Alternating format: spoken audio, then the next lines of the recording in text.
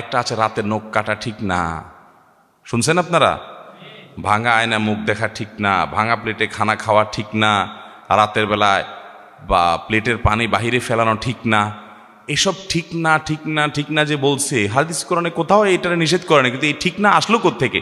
আমি চিন্তা করে মাঝে মধ্যে এটার উত্তর পাই। আমার কাছে মনে হয়, আমার ভেতর থেকে উত্তর আসে এটা, যে মনে হয় কোনো সময় মুরব্বীরা মনে করছে রাতের বেলায় পোলাপান নখ কাটতে গিয়ে অন্ধকারের মধ্যে, আগে যোগে আপনার বিদ্যুৎ ছিল না, আপনার হারিকেন মোমবাতি বা চেরাগের লাইটে, নিবু নিবু লাইটে নখ কাটতে গিয়ে আঙ্গুল কেটে ফেলতে পারে পোলাপান, এই জন্য মাসালা বাহির করছে রাতে নখ কাটা ঠিক না। বুঝতে পারছেন?